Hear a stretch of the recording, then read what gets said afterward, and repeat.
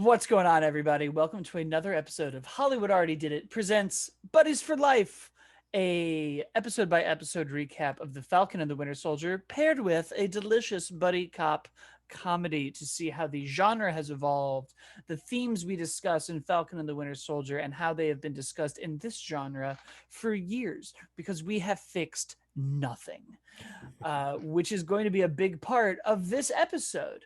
We are on episode 4, but before we do all that, of course, I'm your host, Blake Schultz, and with me today is Terrence Tatum.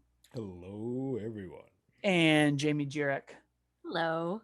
And this week, we are on episode 4 of Falcon and the Winter Soldier. The world is watching, an episode full of insane action, great character devices, deep, interesting themes, some kind of easy writing just to get where we're going. Every now and then I'm like, but how is this working? And it's like, who cares? We're talking about interesting stuff. Yeah. The journey doesn't matter. The destination does.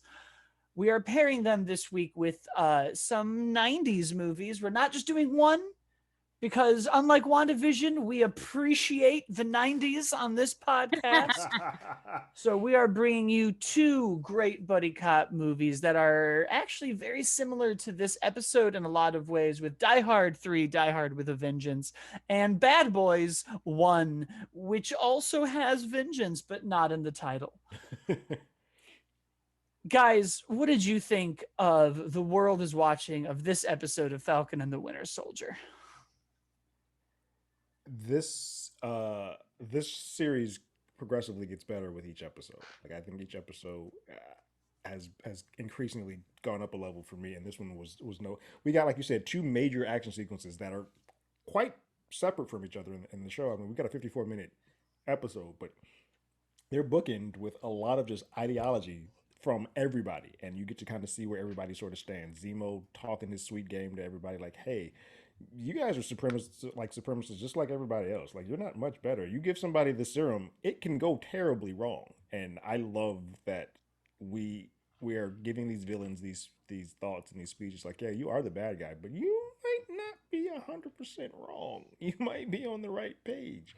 And then you see Sam kind of go and talk and have that same sort of conversation with the head of the Flag Smashers, and you're like, oh no, this is all in play. But while all of this great dialogue is happening, you're just getting some just insane action sequences. I have not seen Falcon ever used.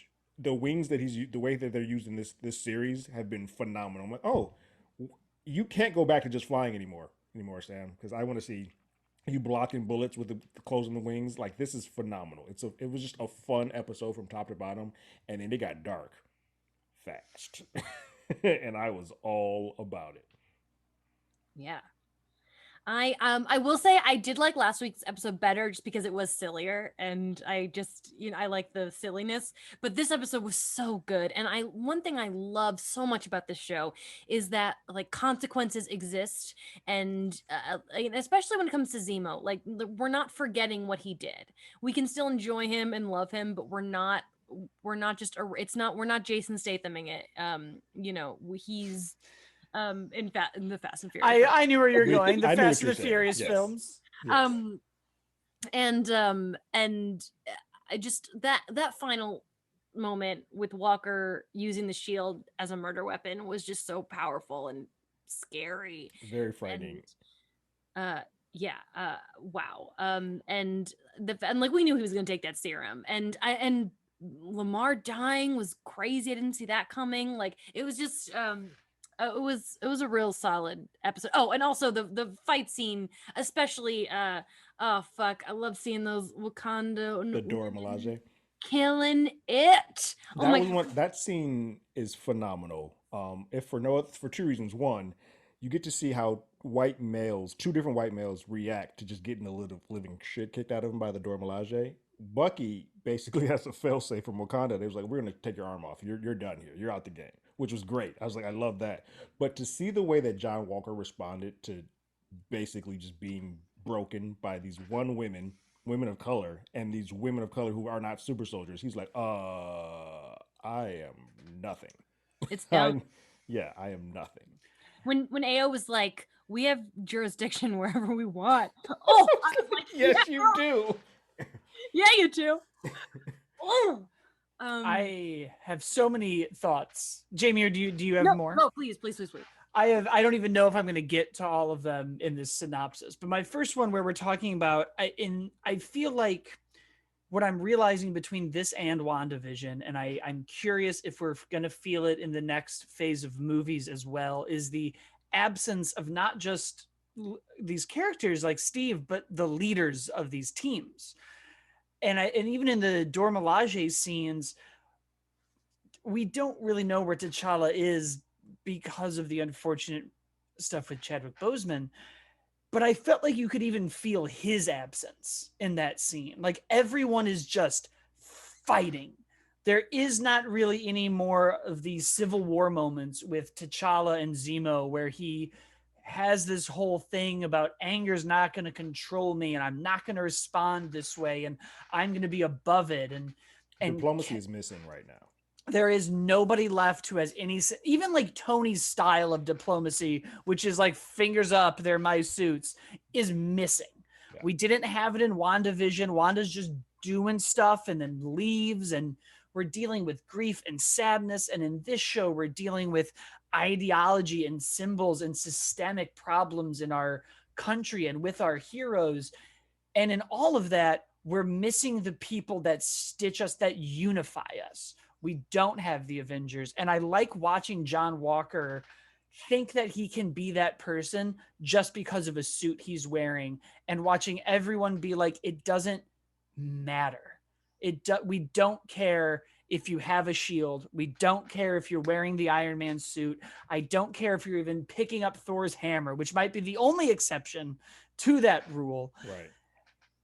But even then, like, we see Hela lift it. So you're like, what do all these things really mean? It doesn't really matter. And I hope you're all fans of the first Avengers, because you're going to keep hearing me quote Stanley Tucci in this episode. We keep going back to the perfect soldier and the good man. And that scene with John Walker and Lamar, and they're sitting there talking about, well, what happens? And Lamar kind of revisits that quote. And, well, everybody becomes more. You're going to become more of John Walker. You've got 3 medals. You always made the right call. And they didn't give me those medals for making the right call. They gave it to me because I saw stuff and I had to keep my mouth shut. And it's like, oh, even he knows that everything he's been given isn't because of who he is. There's another system in place. Yeah. And feeling that moment of then him taking it and figuring out what drives him and it breaking him was crazy, because we've seen it now, like, make Bruce. We've seen it make Bucky. We've seen it make Steve. We've seen it reworked with the Iron Man 3 tech and Agents of S.H.I.E.L.D. and what it's done in all of these other places. And we've never really seen it in somebody who, I think John Walker wants to be a good person and he doesn't know how to do it, because we're getting into like privilege.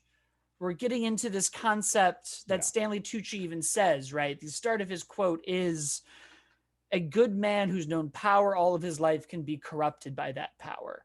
A weak man who doesn't know it can appreciate it. And you're starting to see that John Walker doesn't have that appreciation, and he thinks, I have a shield and it means you respect me. He thinks, yeah, the second I put this shield on, this uniform on, I am Captain America. You need to respect me and respect everything that this stands for, instead of sort of earning his own stripes. We're not talking about the buddy cop movies yet, but this gets into the way cops are. This gets into the way the president is. This gets into so many things that we've been dealing with this year, I think, as a society, of this idea of respect and how you have to earn it. And I think of conversations when people are like, well, you never boo the president. And I was like, no, you can. The president can suck. It doesn't really matter anymore. We now see that the illusion, the great lies of just like, well, listen to the adult because the adult knows best. Your teacher knows best. Your doctor knows best. We're all now being like, I don't care. You don't know anything. So what? You put on the coat and you went out there. You made the wrong call. And the world is watching was the name of the episode. And it's like, I can't think of a more apt way, which also made me think of Black Panther, because you're getting into what a hero is and a good person is. And Black Panther has that beat where he's like, every moment from me is mercy. He says to Missing Arm Man, the villain, He was Gollum. Oh, Claw.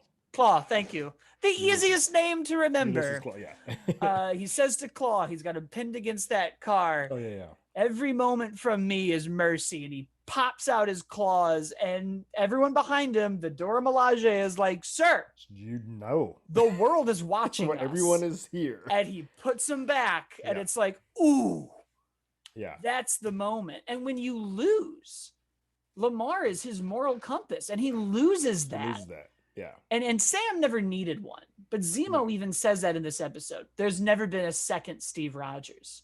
We've seen countlessly in the Marvel movies where black people have helped white people by being like, you're white, tone it back. What's fascinating, and it's cool that I've heard you talk it all out. I was like, oh yeah, that's true. Zemo asked Sam, like, yo, if you had the option to take the serum, would you? And Sam, without even hesitating, was like, no.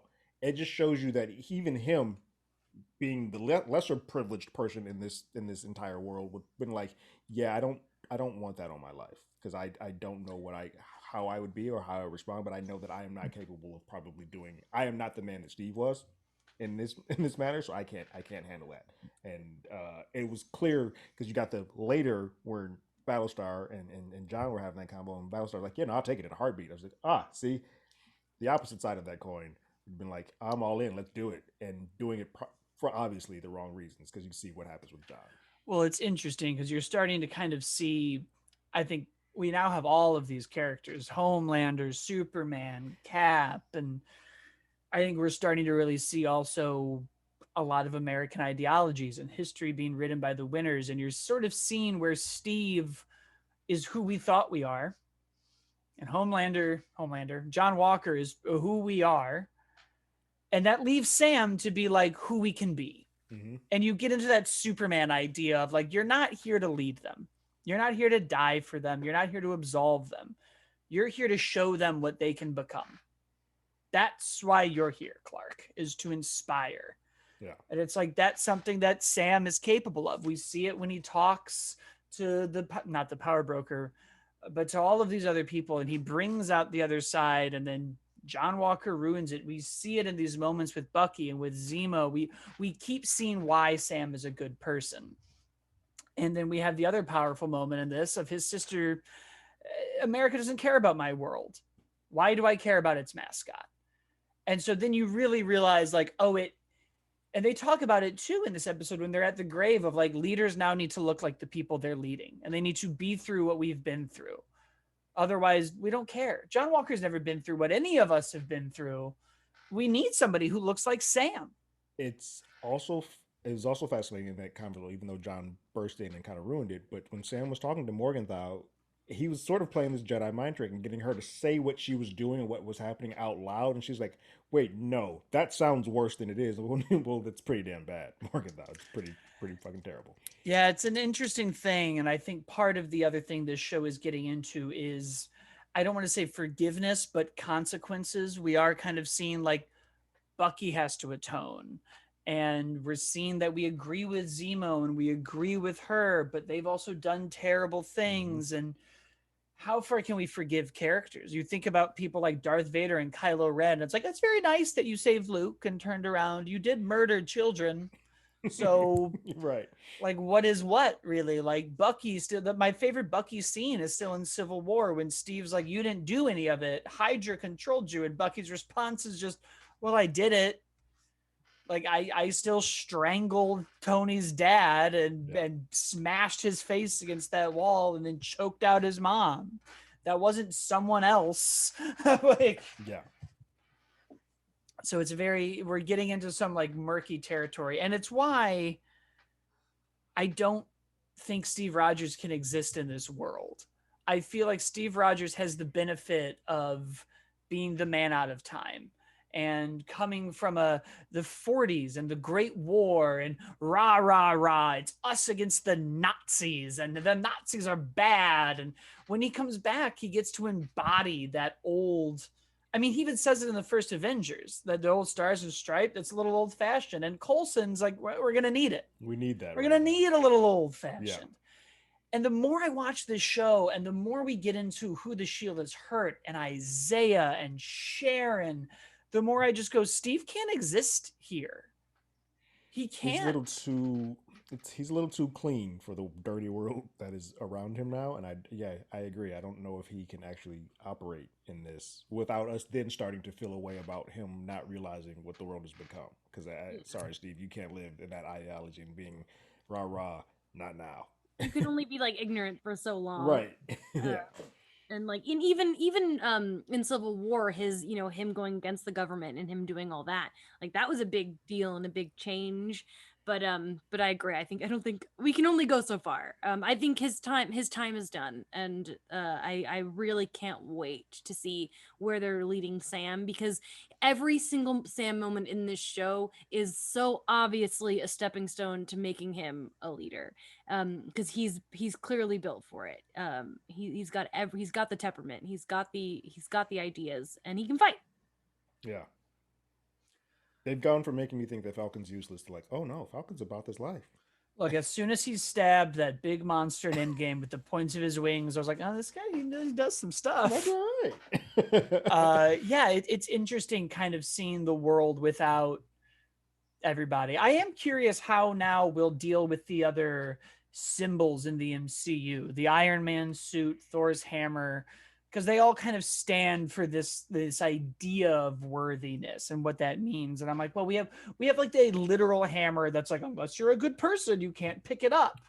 But we're doing much more interesting things with the shield. So I'm like, how are we going to differentiate some of these ideologies? I wonder if we play with a little bit, since we do know that the hammer is going to be picked up by Natalie Portman now. I wonder if they play into that at all, saying, "Hey, like the worthiness, it changed a little bit because now this is a female," and I don't know if they go with the cancer situation like they did in the comics, but if they do, that's a whole other thing that they can kind of lead down that road with. I also love that the world seems to be. I mean, we've talked about this here before, but it seems like the MCU is getting a lot of representation from colors and sexuality and all that stuff. So they're opening this up where once was a blank slate of what everybody sort of looked like. You now have more of a tapestry to play with. Like, all right, we can talk about some other things and kind of get a little bit into the muddy stuff because we couldn't speak about that when everybody was a white bread. And you look at the difference of what these symbols are. Like you look at the Iron Man suit and you go back to Civil War when Tony goes, my dad didn't make that shield. Technically, the Wakandans made that shield, and technically, you've stolen more things from people, and T'Challa should really have it. I thought they were going to take it back in this episode when she picks it up. I was like, "Oh, that's where it belongs." Right, like this is ours. I'm ending all of this. Oh man, they haven't gotten it. They haven't gotten it yet because we've seen a lot of footage of Sam and Bucky with the shield, but there's only 2 episodes. There's only 2 episodes left. Yeah, right. I've been thinking that too because I just watched a new trailer and I was like, wait, there's this whole practice session where the 2 of them are throwing the shield around. Is this happening? This has to happen. It can't happen in the next episode because they still have to go get it. So the last episode is when we do this, which is a lot to crash in. And I was like, 2 hours left. You go back to Civil War where Tony very much reveals that he doesn't think he's Iron Man without the suit.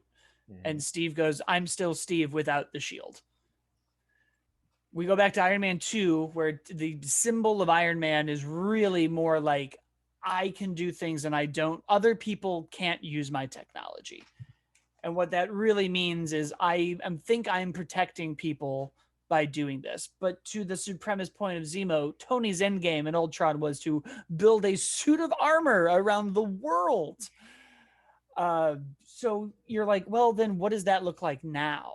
When we march out, it used to be the knight and the soldier is kind of what the comics played it up as. Yeah. And it's like, well, what does that mean in the context of this world? Are we going to see Rhodey and Peppers soon have to defend what the Iron Man suit means? Are we going to have to see Thor grapple with what the hammer means the same way? Yeah. And how is that different from the shield? And the answer is, the shield is American propaganda. It's more of an American, it represents the U.S. as a whole, and unfortunately we know how the US, even like the US flag, sometimes there are a lot of people who don't feel that they are represented under the umbrella of whatever that flag is, or in this case whatever the shield is. So it means a little bit more than the iron suit or the hammer. It just has more weight to it. Well, I think the hammer is very much like God, right? Yeah. That's a very literal, like, you are in charge of stuff and you have something in you that means you can do this and wield this literal I am curious power. because I know we do know that Ironheart is on the board. I am curious now since Iron Man is not here how that takes Well, I place. have to assume we do Armor Wars first, and then Rhodey will get his time to grapple with Yeah, what the Iron Man legacy means, and then for Riri sure. will carry it on. Yeah. But that brings us, well, no, it doesn't. The last important thing to talk about that we have to talk about is now the world has seen a symbol of America dripping in blood Blood. after he stabbed somebody who was screaming it wasn't me. We now just have that. So it's, you can't, you now, like, Sam and Bucky now have to not only like decide if they want this legacy, they have to rebuild it. Yeah, I was like the brand is tarnished. Like I would imagine that the government is going to they have to shut down this entire Captain America like program or whatever they're doing. It's like, oh crap, we can't. All this money we just spent on all these ads are useless now. Just put it back in the museum and let Falcon be a symbol as Falcon. Yeah, Retire Captain America. I think that's I have a lot of different theories where I'm like, it might just be Sam. A part of me is wondering if Sam and Bucky are both going to be Captain America at the end of this. And they're just going to be like, one person doesn't get to represent the country anymore. That's not how we're doing it. yeah. And it's going to be this like nuanced, complicated thing. Or if they are just going to be like, I'm Falcon and you're Winter Soldier. And that's why that's the name of the show. Right, and we're done with this. In fact, here, Dora Milaje, take this back. We're done with this. Can no longer be here. I'm so curious if it's from our world or the other world where Cap is after Thanos broke the original shield. It's true. It was in pieces. And then Cap just shows up with it. Yeah, we'll never have an answer to that. Loki, maybe Owen Wilson does. Oh, that's good. Yes. A lot of variants. But, you know, I don't have a clever way of segueing this other than the buddy cop films this week are Die Hard 3 and Bad Boys. Die Hard 3, which has a much more interesting history than Bad Boys, in that it was a spec script called Simon Says, that they just went, original ideas are dumb. Throw John McClane into this. Rework some of the story, get him in there. We've taken him out of the single location. We've thrust him into a new situation, panned by critics, but beloved by diehard fans. One of the only sequels in existence to, if you go, it might be better than the original, most people are like, it might be. You might be right. I also recently learned fun other trivia. They originally wanted Lawrence Fishburne, who Lawrence Fishburne turned down the role in Pulp Fiction that Sam Jackson took because his agents or whomever at the time were like, you're a star. This is too gritty and violent for your brand. Yeah. Then the creators of Die Hard 3 saw Pulp Fiction and went, call this guy instead, which I think is hilarious. Yeah. Love that. Yeah. I don't know if you know that this script originally was going to be for Lethal Weapon. Like Warner Brothers had it for Lethal Weapon, and then they put it in turnaround, and it just sat there for a while. Fox was like, "We'll take that from you." It really is. I mean, so we all know. I think that the first Die Hard is like one of my favorite. It's in my top 5 films of all time. It's one of the greatest action films ever. The first Die Hard. There are a few movies I love more than Die Hard, and Die Hard with a Vengeance is a close second in that franchise in terms of how friggin' good it is. And it's not like, and it doesn't feel like a Die Hard movie, you know. No. It doesn't it didn't have to be called Die Hard with a Vengeance. It didn't need it, but it just, the chemistry, like we always talk about chemistry. The chemistry between Bruce and Sam is so good, and I think I think it's one of the best New York movies ever made. There are very few movies that display New York as well and as vast. It's as big as it is. You go into the park, you get to the freaking dam and the tunnels. You're like, oh, this is showing me every bit of it. And some boroughs, we get to see Sam's, like the Zeus's place. I was like, this is a lot of New York in a very massive film. We get to see the harbor, like we go off to the boat, like it's like this is a lot of the movie. It's fun. This is one of the few movies, because this came out in '95. This is one of the few movies that I saw in an early part where I went to the theater like 3 times to watch this. That's how much I loved this movie. I was like, I'm going to watch this.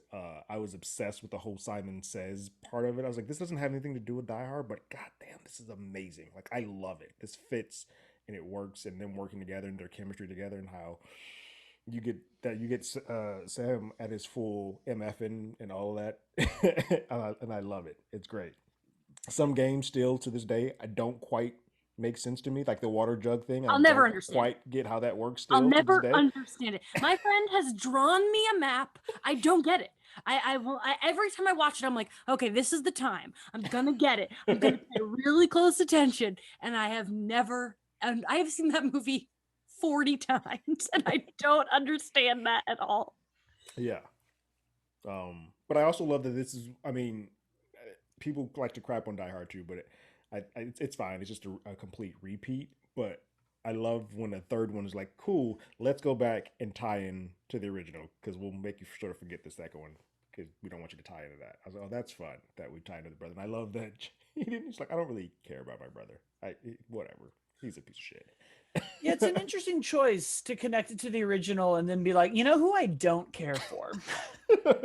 Connecting this to the original. But we had to make this spec script a Die Hard script, and this is how we chose to do that. Yeah. So here we are. But it works because, I mean, I think Hans Gruber is the greatest movie villain of all time, and Simon Gruber. When I lived in Chicago, my roommate and I had on our door, every single person who came into our apartment had to vote. Are you Alan Rickman or are you Jeremy Irons? And Alan won by like a mile. Yeah. So for a long time, I had to pretend like Rickman's so much better, which he is, but I still love Jeremy Irons. Really like Jeremy Irons. Irons is so good in this movie. Him eating the egg is so iconic. I love the stuttering, like him making it like. I was like, oh, this is great. This is great. Also sexy, like he's so sexy in that tank top, and his hench lady, like the two of them are very hot together. Very good fun sexiness. Yeah, which I think we always need. We don't have enough. Well, I guess now we have Zemo. The man is carrying the torch for us. So that's Die Hard 3. I mean, it's a timeless classic. It evolved. Not really the buddy cop genre, but it evolved this franchise, I think, in a way. Because when you also think of all the Die Hard clones that existed by this point, you couldn't do a single location anymore. No. Speed had come out. Speed 2 had come out. You couldn't just throw McClane into a bomb or a boat. Yeah, I think Passenger 57 had come. Like it was a lot of these films were like, we're going to put you on a item or a piece of transportation and get it done. It's like, oh, we've already done this. Put you on a bus. Speed is it like it's hard. It becomes Die Hard in a blank became a genre, right? And up until Skyscraper, where they were like, it's Die Hard in a Die Hard. Skyscraper was not bad, but it was fine. But it was funny to be like, it literally came out, I think, on the 30th anniversary of Die Hard. Like they knew it. They weren't even trying to. They're like, look, we're in it. Fuck it. It's Die Hard. That's what we're doing. Die Hard, but The Rock is missing a leg. Like that was the twist. That's the big and an indestructible leg, Jamie. It blocks like cement doors from closing. Oh, what an insane movie. Yeah, but Die Hard was the #1 film of '95. Like that's what is impressive. As much as it was panned like and not liked by the critics, like this doesn't feel like Die Hard. The audience was like, "Shut the fuck up! This movie is great." It feels like Die Hard. John McClane is here. That's of course it doesn't feel like Die Hard. It's not Die Hard. It's a movie called Simon Says, and Fox was like, "But what if Die Hard?" And they just figured him into it. Yeah. Then you have Bad Boys. I just love this movie. Every time that music comes on in the beginning, that Miami vibe. I was like, oh, turn up, right? I was like, oh, this is great. Shake your tail feathers in the second one. It's all great. And I think the main difference here is that we have broken the mold of the buddy cop movie being Blake and Terrence have to star in it. Right. It can now be two black people. Like there are two Terrences. This is great. As many have said about this podcast, who even needs Blake? I wish it was just two Terrences. I've been saying it for years. This is another movie. Michael Bay has shown up before he's full on Michael Bay. He's showing restraint. We're getting into ideas of class. Who's allowed to be what? What does it mean to be a cop when you come from money? Mm-hmm. How do you become a good cop? This might be the first buddy cop movie we've done also that is genuinely hilarious. Just I was thinking about funny, that too. just downright funny. Yeah, It definitely changed the game in terms of and Martin and Will have such good chemistry, but their chemistry comes from comedy. I mean, both of them sitcom stars. They know how to be funny, but they also they have range. They can do both. They can be funny. They can do action, and it's so entertaining to watch. yeah. I mean, this movie just opens with the two of them just talking shit to each other, and it's just fascinating. And then all of a sudden, you're like, oh wait, we're in the middle of they're about to be pulled over and robbed, and then they're not. Like, what just happened in the first 10 minutes of this movie? Man, I miss when Will Smith was the man. Like, I really just miss what we talk about this all the time. We don't really have movie stars this way Yeah. anymore. And when he gets out of that car and it just that whole, let me tell you how bad your day is about to be. I'm like, I miss this. The cool, like easily the coolest motherfucker on the planet. You're like, oh man, Will is a bad boy. There's a shot in here, and he's just walking through the precinct, but he has like the gun holster on and just a black like tight shirt. I was like, damn it, Will, you are a legend. Like, you are a damn star. It bums me out so much that he just constantly ends in or makes bad movies, and it's like, and you can tell like they must have been like decent scripts or something. Like, it just is such a shame, and this keeps happening to him. And but what is so funny is that like the only good movie he's made in like 10 years is Bad Boys for Life. I can't think of another movie that he's made that's even close to as good as Bad Boys for Life recently.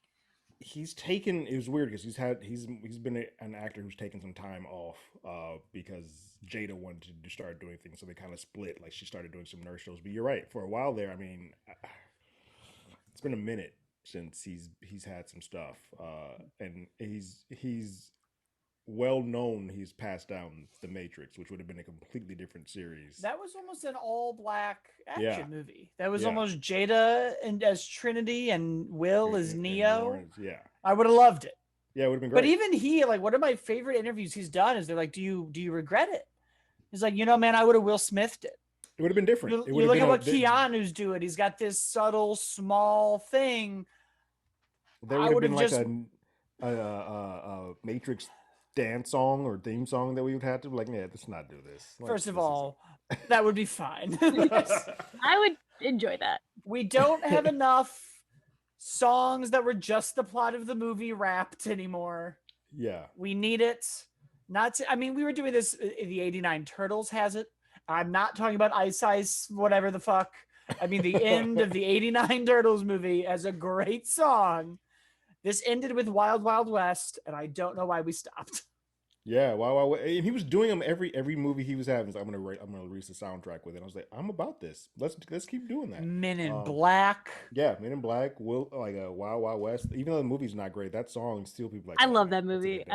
It's not great, but I saw it in theaters as a kid, and it like. Oh, as a kid, it was so much fun. I went on eBay and I bought, because as a kid, I had the Burger King like sunglasses from that movie. So I recently went on eBay and it was like $7. And I'm like, oh, I need these. But I have not watched that movie in a long time. I need to revisit. It's funny with Bad Boys.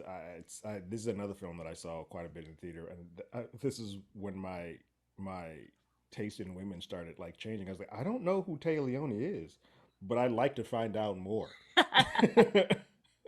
Yes. Yeah. I was like, who's that? And I'm learning. But I also love that we talk about the comedy. This movie takes a specific comedy trope and puts it into an action film. It's like, cool, you guys need to swap places.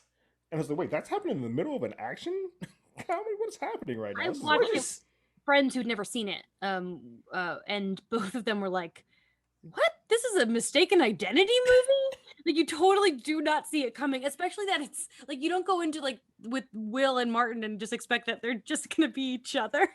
Well, it's funny because they have to establish these characters so quickly so that the comedy of them playing each other works. Because otherwise, like, that plot should be the 5th Bad Boys movie. But they do such a good job of being like, here's who these two people are. And really, it's just, this one is rich and a playboy, and this one is like middle class with a family. Yeah. Hilarity will ensue. And so it does. But that almost brings us into the why.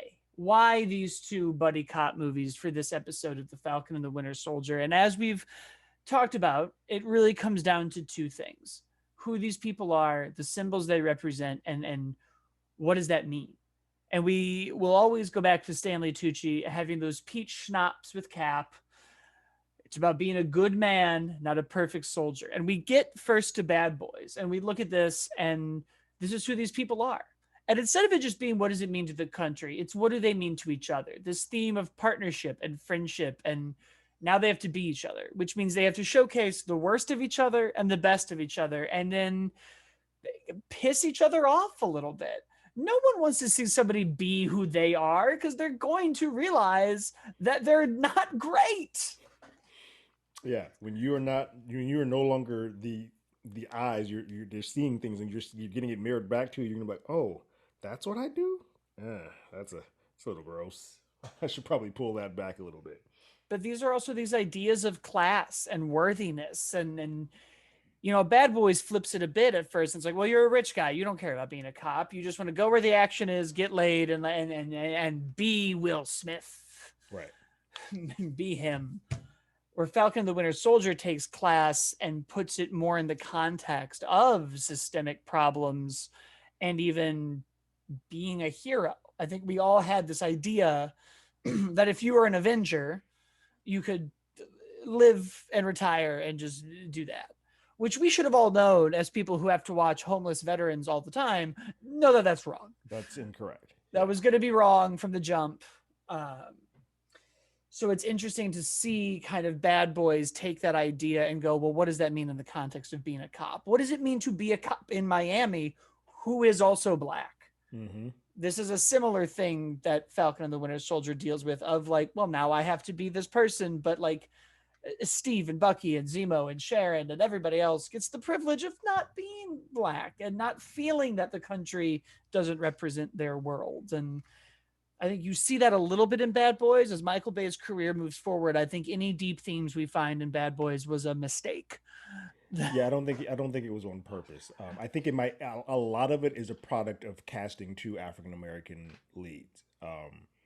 Michael Bay is probably one of the few people. And this Bad Boys always gets into that weird bubble, and I love having the conversations about this. But typically, anytime you have two leads that are African American, it's considered to be a black film. By the way that the studios break it down, we're like, this is now a black film. This, however, Bad Boys is the one series that doesn't quite fit into that realm, because they're like, yeah, it is Will and Martin, but it doesn't really fit the normal quote unquote tropes that a black film like The Wood or Best Man like doesn't fit into those type of things. So like, yeah, it is two black leads, but maybe not. And I do think a lot of the stuff that happens in this happens because the cast, that the two leads are African Americans. If it had been anybody else, or even one and one, like one black person, one white person, it would have been, this would have felt a lot different than what we wound up with. Yeah, I think that's very true. I think that comes from that. I think there would have been more, frankly, stuff we had seen in this genre already if we had done that. We've done, it would have felt way more like Lethal Weapon. The movie would have suddenly been like, oh, I'm doing Lethal Weapon in Miami. All right. Right. Fun. But even, then you get to Die Hard, which is even a more almost meta way of going, what does it mean to be something? And that movie really goes, well, what does it mean to be a Die Hard movie? Thematically, it goes, what does it mean to be John McClane and have your family and this bad headache and this hangover? And it's more individualistic, which I think is the privilege of having white writers and directors, is they get to do themes that are just like, but me. My world is fine. One thing we have to talk about is that Aldous Hodge is the little boy, is the younger of his nephews, and how now he's going to be Hawkman. And I love just looking back and what a precious little baby he was. Such a tiny young human in that shop. Yeah, it's a crazy, that film is nuts in the fact that, I mean, we think about it, Die Hard for those first two films also was just a straight white guy being the lead, and then we immediately take a franchise that's already well established and like, cool, here's a black dude who's going to go with it, take it, and if you don't like it, kick rocks. Yeah, and it's more so because obviously the first one, there are important black characters, like especially Reginald Al, Valjean, but yeah, it's different because they no one is as important correct. as John McClane, and in this movie, um Zeus is just as important. Yeah. And it's, we don't see John's family. It's Zeus's family that Hmm. they're saving, or they're trying to the kids. And I think that's a really cool. Yeah, I forgot. He would spend the whole time at that school, which is pretty much. I mean, it's a mixed group of kids that are at that high school that has got the bomb threat to it. So yeah, it's just a lot of character and a lot of culture that we just weren't getting in those first couple of diehards, mainly because they were single locations. They were either at an airport or they're at this diehard with the Vengeance. Like we're taking all of New York, which is very different than what they had done previously. I But I think also think it just ties back into the Winter Soldier. Like we talk about how a lot of these times it's races that are different, like a black and white person. That's sort of what we always stick to, and that's kind of more so than diehards because it's more of a class system, which plays a part too. But I think that's why Winter Soldier, Falcon and Winter Soldier is sticking true to some of the diehard stuff, is because we are still dealing with black and white, and that's sometimes where you get to the meatiest of the stuff. Because at the heart of America, that's some of the biggest differences that people have. it's interesting in Vengeance how McLean kind of accuses Zeus, being prejudiced a lot, and Mm. like hating white people, and it's an interesting dynamic. Whereas, we look back at 48 Hours, and it's like Nick Nolte is doing so many horrible Being things. very, yeah, super Um, racist. and I love that Zeus is just like, these are the facts. And Yeah. Um, it also leads me to believe just the way that that all comes off is that it's clear that McLean, outside of Reginald Bell Johnson, has not been around many people of color, because it was clearly that there was a lot of eye opening that he got throughout the process of that film. Yeah, I think that's an interesting thing that doesn't really get talked about with Die Hard 3 is the John McClane realizing that his world is bigger than he thought it was, Yeah. and coming to terms with some bias that he might have had, because it's a very basic white person thing, I think, to be like, well, the person who is racist is the person who is saying the things about the white people. That is the racism. If I was saying that about other people, I would be racist. And it's like, yes, well, because people don't know the definition of racism, and Right. you can't right. be racist It against white can't people. if You you're can the be minor. Right, prejudiced. it's like if the majority can't be race. Yeah, you can't have racism put against you. Someone But on Twitter once tried to argue this with me. It was when Nick Cannon said some things that like made him go we're viral, stupid. and Yeah, people kept calling him racist. And it's like, and I tweeted this. I'm like, just a reminder, he's not racist. This he's like if he's we're accusing ignorant. of something, it's It's like and right. and somebody responded to my tweet like, no, he's being racist. And it's like, you're literally just arguing definitions of words. Yeah, You just sound stupid. All you're doing is pretending that a word means something it doesn't. yeah. Like, it's like prejudice is still not a nice thing to be. It's still not a good thing. Yeah, Right. it's not still not nice, but it's like a different definition of a word. Yeah, Yeah, I think a lot of people have just smushed those two words together, but it's interesting seeing that in Die Hard 3 and connecting it to Falcon and the Winter Soldier, because I feel like there's a lot of that also like quietly happening, of Sam kind of being like, Bucky, yeah. So there's a couple of moments where Bucky is guys. sort of getting that slap in the face, like, "Oh, I forgot you are a black dude." And when we're not in full on Avengers mode, not saving the world, I forget that probably matters more. My bad. Yeah. And I think even, we're getting these bits of Zemo understand, like at least understanding on some context He of gets it like, more than most, um, which is fascinating. I think that also despite helps his with him. affluence. Yeah, I think that's being him being a foreign, like not of America. Like it's sort of different outside of the U.S. And in the U.S., it's more of like, oh yeah, there's we're all Well, segregated. Bucky's also from the 1940s. And There is it's also a still this, whole yeah. completely different situation. Yes. He also still has to kind of have that like, oh, right, right, right, Yeah. right. It's interesting, I think, too. And then, Bad Boys also, I think, has something in line with Falcon and the Winter Soldier that we're also building to, which is the admission of partnership and friendship. I think one of the overlaying themes in Bad Boys that really came out in the third movie is these guys butt heads and they've been friends forever. and have to kind of keep readmitting that to each other. It's the closest thing to like a male bromance of like, no, but I do love you. And Yeah. so far, like Bucky and Sam keep having these like, well, we're not partners. We're not friends. We're just doing this because we both knew Steve. And it's like, well, eventually they both have to admit that they were there, that they both got blipped in Infinity War. They both are on the ground in Endgame. They both are Avengers. They both were part of the Civil War. They both were like, eventually one of that has to be like, I like you, man. Like sooner or later. They have to do the Arnold Carl Weathers arm arm hug. Yes, I feel like there's like because Bucky like very specifically like he's not my partner, and I feel like we're the final episode we're gonna get like a really cheesy like okay partner, Yeah. okay, Yeah. and I won't hate it, and I'll scream kiss at the TV. I already like they already have some of those moments when Bucky like kicks one of the super soldiers down, is like stay there. I was like, that's a very like Mortal Kombat video game, like stay down. And I'm like, I don't mind it, but it is dumb. Yeah. We're already having a lot of like action movie beats. They have moments where they're like, let's go in full 90s, like the whole "You're Welcome" when Bucky saves Sam. I was like, oh, we're gonna throw these in here now because this doesn't fit with what the rest of this world is doing, but fine, I'll take it. Yeah, I feel like that somebody every now and then is like, you gotta put in a few action things to say. You gotta have it. And thankfully that allows us to have this podcast. It's true.